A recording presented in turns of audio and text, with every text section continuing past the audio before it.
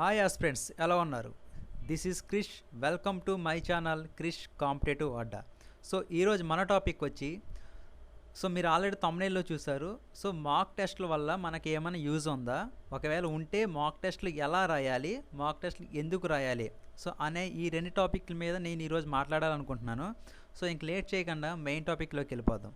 So మనకి syllabus complete అయినప్పుడు లేదా మనకి సిలబస్ కంప్లీట్ అవుతున్నప్పుడు కూడా మనం మాక్ టెస్ట్లు అనేది ఖచ్చితంగా రాయాలి. సో మాక్ టెస్ట్లు ఎందుకు రాయాలి అన్న పాయింట్ మాట్లాడుకుంటే నేను కొన్ని పాయింట్స్ మాట్లాడతాను. So these are the advantages of mock టెస్ట్లు రాయడం వల్ల అడ్వాంటేజెస్ అవుతాయి. సో అవి ఏంటో చూద్దాం. సో ఫస్ట్ పాయింట్ చూసుకుంటే, సో మనకి ఎంతవరకు గుర్తుంది, మనం చదివింది మనకి ఎంతవరకు గుర్తుందో అని చెప్పడానికి మనం మాక్ టెస్ట్ అనేది తీసుకోవాలి. సో ఇది మనకి కాంపిటేటివ్ వేరు, అకాడమిక్స్ వేరు. సో అకాడమిక్స్లో ఏమైందంటే ఈరోజు మనం చదివింది రేపు ఎగ్జామ్ రాసి ఎల్లుండి మర్చిపోవచ్చు, ఎందుకంటే మనకి అకాడమిక్ ఎగ్జామ్ అనేది ఆ రోజు అయిపోతుంది కాబట్టి. కానీ కాంపిటేటివ్ ఎగ్జామ్లో అలా కాదు, మనకు కొన్ని నెలలు గుర్తుపెట్టుకోవాల్సి ఉంటుంది, ఒకవేళ కొన్ని సంవత్సరాలు కూడా గుర్తుపెట్టుకోవాల్సి ఉంటుంది. సో అలాంటి సమయంలో మనం ఖచ్చితంగా బాగా చదవాలి, రివిజన్ చేయాలి, దాన్ని మాక్ టెస్ట్ రూపంలో మనం ఎంతవరకు చేయగలమో ఎంతవరకు గుర్తుపెట్టుకోగలమో చెక్ చేసుకోవాలి. సెకండ్ పాయింట్ వచ్చి మనకి మన యొక్క వీక్ జోన్ అనేది మనకి చెప్తుంది. సో మాక్ టెస్ట్ రాయడం వల్ల మనకి మన యొక్క వీక్ జోన్ లేదా వీక్ టాపిక్స్ లేదా వీక్ సబ్జెక్ట్స్ ఏమేమి ఉన్నాయో అవన్నీ కూడా మనకి మాక్ టెస్ట్లో మనకి క్లియర్గా కనపడుతుంది.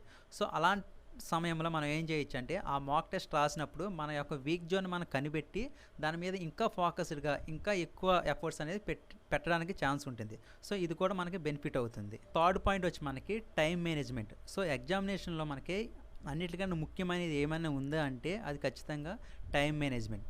సో ఇచ్చిన 3 అవర్స్ని కూడా మనం చాలా పర్టికులర్గా ఏ సబ్జెక్ట్కి ఎంత టైం ఇవ్వాలి, సో అర్థమెటిక్కి ఎంత టైం ఇవ్వాలి, రీజనింగ్కి ఎంత టైం ఇవ్వాలి, జీకేకి ఎంత ఇవ్వాలి, కరెంట్ అఫైర్స్కి ఎంత ఇవ్వాలి, సో బబ్లింగ్ చేయడానికి ఎంత టైం ఇవ్వాలి, అవన్నీ కూడా క్లియర్గా మనకి మైండ్లో ఉండాలి. సో ఆ 3 అవర్స్ని ఎవరైతే బాగా యూజ్ చేసుకుంటాడో వాళ్ళకే ఎక్కువ మార్కులు వచ్చే ఛాన్స్ ఉంటుంది మనకి. సో దాన్ని మనం టైం మేనేజ్మెంట్ అంటాం.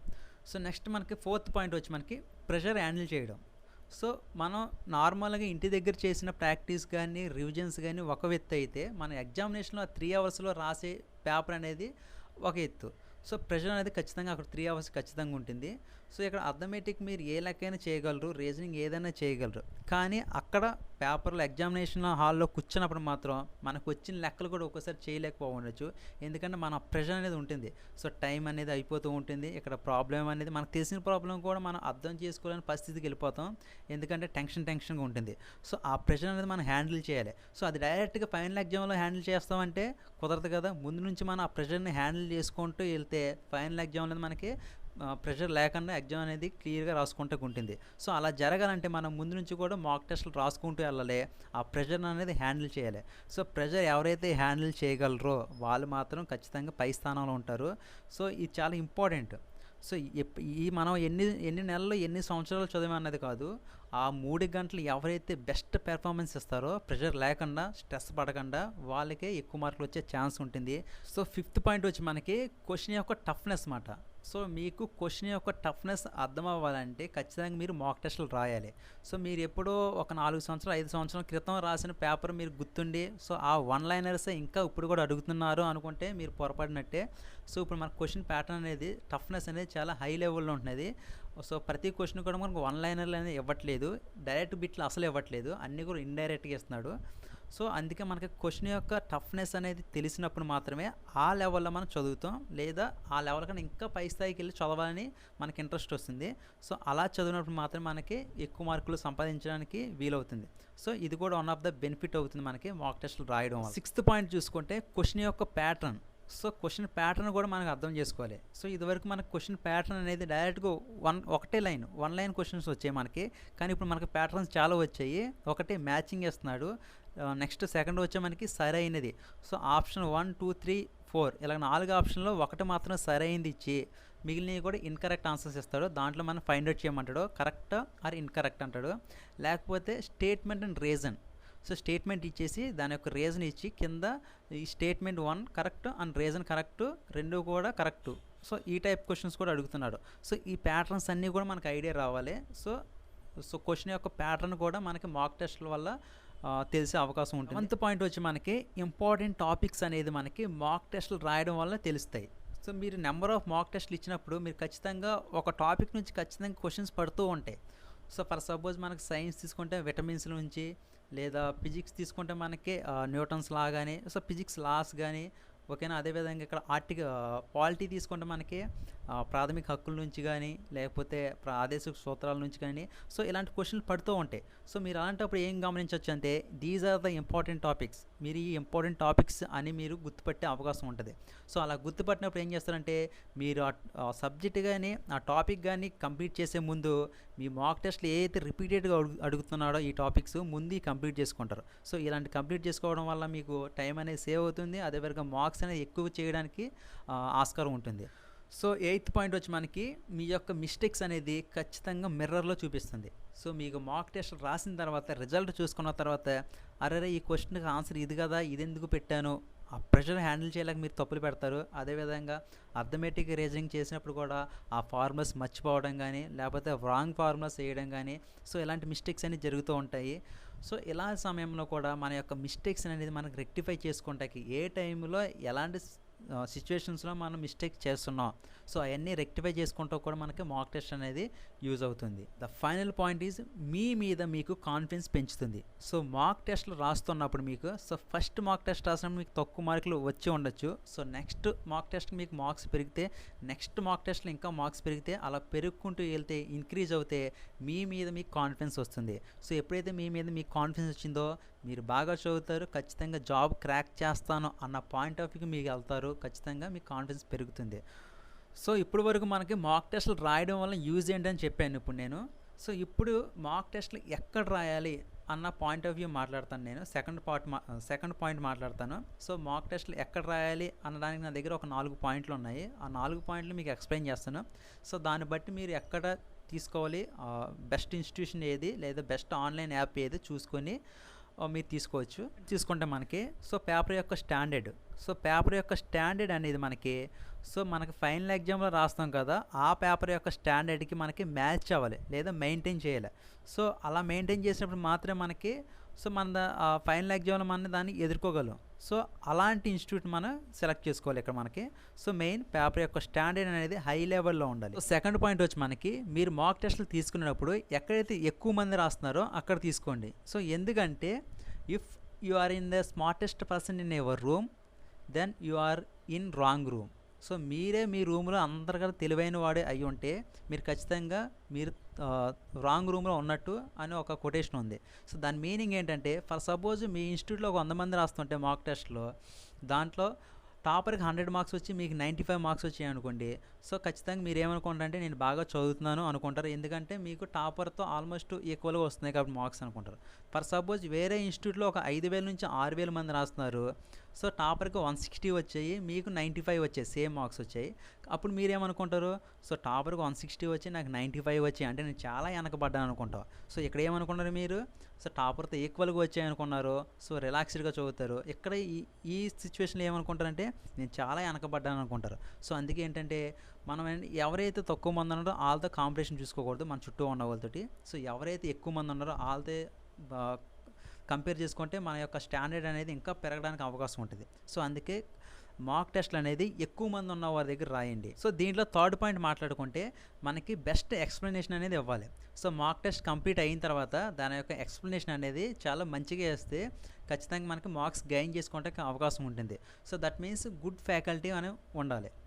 సో ఇక్కడ మనకి క్వశ్చన్లో 4 ఆప్షన్లు ఉంటాయి. ఒక ఆప్షన్ అనేది ఆన్సర్ అయినప్పటికీ కూడా మిగిలిన 3 ఆప్షన్ల గురించి కూడా మనకి దాని యొక్క బ్యాక్ స్టోరీ ఎక్స్ప్లెయిన్ చేస్తే మనకి ఆ టాపిక్ యొక్క ఒక సబ్జెక్ట్లో టాపిక్ యొక్క సబ్ టాపిక్ కన్నా మనకు కవర్ అవుతుంది. సో ఇలా చూసుకున్నా మనకి మంచి ఎక్స్ప్లెనేషన్ ద్వారా మనకి మార్క్స్ అనేది గెయిన్ చేసుకోవడానికి అవకాశం ఉంటుంది. ఎక్స్ప్లెనేషన్ అర్థమెటిక్ రీజనింగ్ కూడా మనకి బాగా ఎక్స్ప్లెయిన్ ఎవరైతే చేస్తారో సో అక్కడ మీరు మాక్ టెస్ట్లు అనేది తీసుకోండి. సో నెక్స్ట్ మనకి 4th పాయింట్ వచ్చి మనకి రియల్ టైమ్ ఎక్స్పీరియన్స్. ఇది ఇంపార్టెంట్ కాకపోయినా కానీ నా పాయింట్ ఆఫ్ వ్యూ ఇది ఇంపార్టెంటే, ఎందుకంటే రియల్ టైమ్ ఎక్స్పీరియన్స్ అని ఉండాలి ఖచ్చితంగా. సో రియల్ టైమ్ ఎక్స్పీరియన్స్ అంటే ఏంటంటే మనకి ఫైనల్ ఎగ్జామ్ ఎలా జరుగుతుందో సేమ్ అదే విధంగా ఇక్కడ జరిగితే మనకి మన యొక్క మైండ్, మన యొక్క బాడీ మొత్తం కూడా ఆ అట్మాస్ఫియర్కి అలవాటు అవుతుంది. సో ఎప్పుడైతే మనకి ఆ అట్మాస్ఫియర్కి అలవాటు అయిందో మనం అనేది ప్రెషర్ అనేది, స్ట్రెస్ అనేది మనకి ఫైనల్ ఎగ్జామ్లో ఫీల్ అవ్వం. సో రియల్ టైమ్ ఎక్స్పీరియన్స్ అంటే సేమ్. సో ఫర్ సపోజ్ మీరు కానిస్టేబుల్ ఆఫ్లైన్ ఎగ్జామ్ రాస్తారు కాబట్టి సో ఇక్కడ కూడా ఆఫ్లైన్ ఎగ్జామ్ ఉన్న ఇన్స్టిట్యూట్లోనే తీసుకోండి, సో ఆన్లైన్లో తీసుకోవద్దు. సో అక్కడ సేమ్ మనకు పేపర్ ఇస్తారు, మన రఫ్ కాలిక్యులేషన్ ఎక్కడ చేస్తాం, క్వశ్చన్ పేపర్ మీద చేస్తాం, అదేవిధంగా బబ్లింగ్ కూడా ఓఎంఆర్ మీద దిద్దడం కాబట్టి సో ఈ రియల్ టైం ఎక్స్పీరియన్స్ అనేది మనకు కావాలి. సో బబులింగ్కి ఎంత టైం పడుతుంది మనకి, సో ఎన్ని క్వశ్చన్ని బబుల్ చేయగలుగుతున్నాం, సో క్వశ్చన్ పేపర్ మనకు రఫ్ అనేది క్వశ్చన్ పేపర్లు ఎక్కడ చేస్తున్నాం, సో ఇవన్నీ కూడా మనం ఎక్కడి నుంచి నేర్చుకుంటూ వెళ్తాం. ప్రతి మాక్ టెస్ట్లో మనం నేర్చుకుంటూ వెళ్ళి టైం మేనేజ్మెంట్ నేర్చుకుంటూ వెళ్ళి ఇదంతా తీసుకెళ్ళి మనం ఫైనల్ ఎగ్జామ్లో మన యొక్క పెర్ఫార్మెన్స్ అనేది చూపిస్తాం. ఈ పాయింట్స్ అన్నిటిని కవర్ చేస్తూ ఏదైనా ఇన్స్టిట్యూషన్ కానీ లేకపోతే ఏదైనా ఆన్లైన్ యాప్ కానీ ఉందా అని మీరు నన్ను అడిగితే నేను 2 సజెస్ట్ చేస్తాను. ఒకటి ఇన్స్టిట్యూషన్, అదేవిధంగా ఒకటి ఆన్లైన్ యాప్. సో ఈ 2 నేను సజెస్ట్ చేయడానికి గల కారణం ఏంటంటే, సో ఫస్ట్ పాయింట్ వచ్చి వాళ్ళకి నాకు ఎటువంటి లావాదేవీలు లేవు. సో అదేవిధంగా నేను వాళ్ళని ప్రమోట్ చేసే అంత పెద్ద ఛానల్ అయితే మనది కాదు. సో అది first point. So second point ఏంటంటే, సో నేను ఎందుకు సజెస్ట్ చేస్తున్నానంటే, సో అవి రాయడం వల్ల నేను కొంత లాభపడ్డాను. దట్ మీన్స్ కొన్ని మార్కులు నేను నా జాబ్లో వేసుకున్నాను. సో మాక్ టెస్టులు రాయడం వల్ల సో కొంత నాలెడ్జ్ అనేది నేను గెయిన్ చేశాను, కొన్ని మార్క్స్ అనేది గెయిన్ చేశాను. సో అదేవిధంగా మీరు కూడా గెయిన్ చేసుకుంటారన్న ఉద్దేశంతో ఇది నేను ఈ 2 సజెస్ట్ చేస్తున్నాను. అంతకుమించి ఇక్కడ ఎటువంటి ప్రమోషన్ అయితే లేదు. సో అదైతే మీరు గుర్తుపెట్టుకోగలరు. సో దీంట్లో ఫస్ట్ వన్ వచ్చి మనకి Sam institute from Kakinada. So మీ అందరికీ తెలిసిందే ఎస్ఐ కానిస్టేబుల్కి నెంబర్ 1 ఇన్స్టిట్యూట్ ఏదైనా ఉందా అంటే కోచింగ్ సెంటర్, అది శామే మనకి. సో ఇక్కడ వాళ్ళ యొక్క మాక్ టెస్టులు తీసుకుంటే మనకి ఇందాక చెప్పిన 4 పాయింట్స్ కూడా ఇక్కడ నాకు కనపడ్డాయి. దాంట్లో ఫస్ట్ పాయింట్ మాట్లాడుకుంటే పేపర్ యొక్క స్టాండర్డ్ అనేది హై లెవెల్లో ఉంటుంది. దట్ మీన్స్ మనకి ఫైనల్ ఎగ్జామినేషన్ ఏదైతే ఉంటుందో కానిస్టేబుల్ పేపరు, సో అదేవిధంగా శామ్ యొక్క పేపర్ కూడా మెయింటైన్ చేస్తుంది, అదేవిధంగా మ్యాచ్ చేస్తుంది. సో ఇంకా మాట్లాడుకోవాలంటే సమ్ టైమ్స్ ఇది ఆ లెవెల్ కన్నా హై లెవెల్కి వెళ్తుంది. సో మనకి ఈ టఫ్నెస్ లేదా ఈ హార్డ్గా ఉన్న పేపర్ మనం రాస్తూ ఉంటే ఖచ్చితంగా ఆ పేపర్ అనేది మనకి ఈజీగా ఉంటుంది. అదొకటి గుర్తుపెట్టుకోగలరు మీరు. సెకండ్ పాయింట్ మాట్లాడుకుంటే ఎక్కువ మంది రాయాలని చెప్పాను కదా. సో ఇక్కడ ఆన్లైన్ ప్లస్ ఆఫ్లైన్ కలిపి ఆల్మోస్ట్ 6,000 నుంచి 7,000 మంది వరకు రాస్తున్నారు. సో ఆఫ్లైన్ వచ్చి మనకి 5,000 మంది రాస్తున్నారు, అదేవిధంగా ఆన్లైన్ వచ్చి మనకి 1,000-1,500 మంది రాస్తున్నారు. సో ఆల్మోస్ట్ మనకి 7,000 మంది రాస్తున్నారు. సో 7,000 మందిలో కూడా మనకి రియల్ కాంపిటీషన్ అనేది ఉంటుంది. సో మన యొక్క ర్యాంక్ కానీ మన యొక్క మార్క్స్ కానీ అనేది మనకి ఈ 6,000 మంది మనం కంప్లీట్ చేసుకుంటూ ఉంటాం. సో మూడో పాయింట్ వచ్చి మనకి ఎక్స్ప్లెనేషన్. సో మీకు తెలిసిందే గుడ్ ఫ్యాకల్టీ ఎక్కడైతే ఉంటారో ఖచ్చితంగా అక్కడ ఎక్స్ప్లెనేషన్ కూడా బాగుంటుంది. సో మాక్ టెస్ట్ యొక్క ఎక్స్ప్లెనేషన్ అనేది మనకి చాలా బాగుంటుంది. సో మనకి 4 ఆప్షన్లో ఒక ఆప్షన్ ఆన్సర్ అయినప్పుడు మిగిలిన 3 ఆప్షన్ల యొక్క బ్యాక్ స్టోరీ కూడా మనకు చెప్తారు. సో దానివల్ల మనకి ఆ టాపిక్ లేదా ఆ సబ్ టాపిక్ అనేది అక్కడే క్లియర్ అవుతుంది. So that is one of the important. So next 4th point వచ్చి మనకి real time experience. Okay, real time experience ఉంటుంది మనకి ఇక్కడ.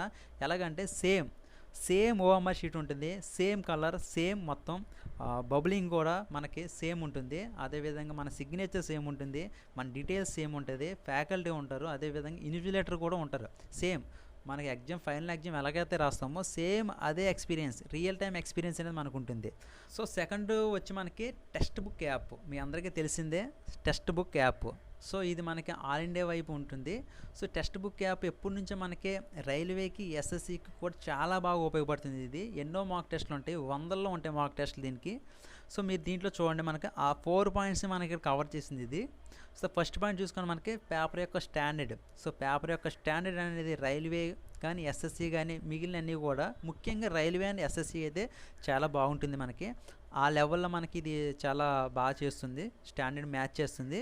సో అదేవిధంగా దీని యొక్క ఎక్కువ మంది రాయాలి. సో ఎక్కువ మంది రాస్తారు, ఎందుకంటే అఫ్కోర్స్ ఇది ఆల్ ఇండియా లెవెల్లో యాప్ కాబట్టి ఆల్ ఇండియాలో ఉన్న అన్ని రాష్ట్రాల వరకు కూడా దీంట్లో రాస్తారు కాబట్టి మీరు ఖచ్చితంగా ఎక్కువ మంది రాస్తారు. ఆల్మోస్ట్ 40,000 పీపుల్ రాస్తారు మాక్ టెస్ట్లు ఏమన్నా పెట్టినప్పుడు మనకి. సో మనకి వీక్లీ 1-2 అనేది మనకి రైల్వే కానీ ఎస్ఎస్సి యొక్క ఫ్రీ ఆన్లైన్ మెగా మాక్ టెస్టులు జరిగితే. సో మీరు ఒకసారి అది రాయండి, రాసిన తర్వాత మీకు నచ్చితే యాప్ తీసుకోండి. 300-400 ఉంటుంది 3 ఇయర్స్కి. సో నెక్స్ట్ థర్డ్ పాయింట్ వచ్చి మనకి ఎక్స్ప్లెనేషన్. సో ఎక్స్ప్లెనేషన్ కూడా బాగుంటుంది. సో మీరు కూడా మీరు ఫ్రీ మాక్ టెస్ట్ రాసినప్పుడు చూసుకోండి, మనకి క్వశ్చన్ ఆన్సరు దాని యొక్క బ్యాక్ స్టోరీ మొత్తం ఎక్స్ప్లెయిన్ చేస్తాడు. అది కాకుండా ఎడిషనల్ పాయింట్ కూడా ఇస్తాడు, దట్ ఈస్ ద ఇంపార్టెంట్ ఇక్కడ మనకి. సో మీరు మాక్ టెస్ట్ రాసినప్పుడు అది కూడా చూసుకోండి, ఫ్రీ మాక్ టెస్ట్ రాసినప్పుడు. Next real time experience. Same real time experience ఉంటుంది మనకి. సేమ్ ఆన్లైన్ ఎలాగైతే జరుగుతుందో, సిస్టమ్లో ఎలాగైతే ఉంటుందో, సో మన ఆన్లైన్లో ఆప్షన్ మనం మార్క్ చేసుకోవడమా, సేవ్ చేసుకుంటామా, లేకపోతే లాంగ్వేజ్ చేంజ్ చేసుకోవడం. సో ఈ ఎన్ని ఆప్షన్లో కూడా మనకి రియల్ టైమ్గా చూపిస్తుంది. అక్కడ లాంగ్వేజ్ చేంజ్ చేసుకోవడం, ఆప్షన్ మనం మార్క్ చేసుకోవడం, లేకపోతే సేవ్ నెక్స్ట్ కొట్టడం, లేదా సబ్మిట్ చేయడం, అన్నీ ఉంటుంది. దీంట్లో బెనిఫిట్ ఏంటంటే మనకి ఎనాలిసిస్ కూడా ఉంటుంది. సో మీ యొక్క యాక్యురసీ ఎంత ఉంది, అదేవిధంగా మీరు నెగిటివ్ మార్క్స్ ఎన్ని పెట్టారు ఒక టాపర్తో కంపేర్ చేస్తుంది. మనకి ఇక్కడ బార్స్ ఉంటాయి, మనకి ఒక టాపర్తో కంపేర్ చేస్తూ ఉంటుంది. టాపర్ ఎన్ని బిట్లు పెట్టాడు, మీరు ఎన్ని పెట్టారు, టాపర్ ఎంత టైం తీసుకున్నారు, మీరు ఎంత టైం తీసుకున్నారు, సో మీరు ప్రతి క్వశ్చన్కి ఎంత టైం పట్టాడో కూడా ఇక్కడ చెప్తుంది. సో అది కూడా చాలా ఇంపార్టెంట్. మీరు అర్థమెటిక్ ఏ క్వశ్చన్కి ఎన్ని సెకండ్లు తీసుకున్నారో కూడా ఇక్కడ చెప్తుంది. సో అదైతే నాకు చాలా బాగా నచ్చింది. సో ఇది కూడా ట్రై చేయండి మీరు. సో ఇప్పటివరకు నేను మళ్ళీ ఒక పాయింట్ మళ్ళీ చెప్తున్నాను. సో ఇప్పుడు చెప్పిన 2 యాప్లు, ఒక ఇన్స్టిట్యూట్, ఒక యాప్, దానికి నాకు ఎటువంటి లావాదేవీలు లేవు, దానికి నాకు ఎటువంటి డబ్బు పరంగా ఎటువంటి ఏమీ లేవు. జస్ట్ దానివల్ల నేను కొంత నాలెడ్జ్ని గెయిన్ చేసుకున్నాను, కొన్ని మార్క్స్ అనేది నేను గెయిన్ చేసుకున్నాను, నాకు ఉపయోగపడింది. సో అదేవిధంగా మీకు కూడా ఉపయోగపడుతుంది, మీలో చాలామంది తెలియని వాళ్ళు ఉంటారు అన్న పాయింట్ ఆఫ్ వ్యూలో చెప్తున్నాను. సో అంతకుమించి దీంట్లో ఏమీ లేదు. సో వీడియో చివరకు వచ్చింది. సో ఈ వీడియో మీకు నచ్చితే లైక్ చేయండి వీడియోని, అదేవిధంగా మీ ఫ్రెండ్స్కి షేర్ చేయండి, ఖచ్చితంగా మన ఛానల్ సబ్స్క్రైబ్ చేయండి. సో ఇంకో విషయం ఏంటంటే thank you for watching. So me support చాలా ఉంది. Thank you for watching.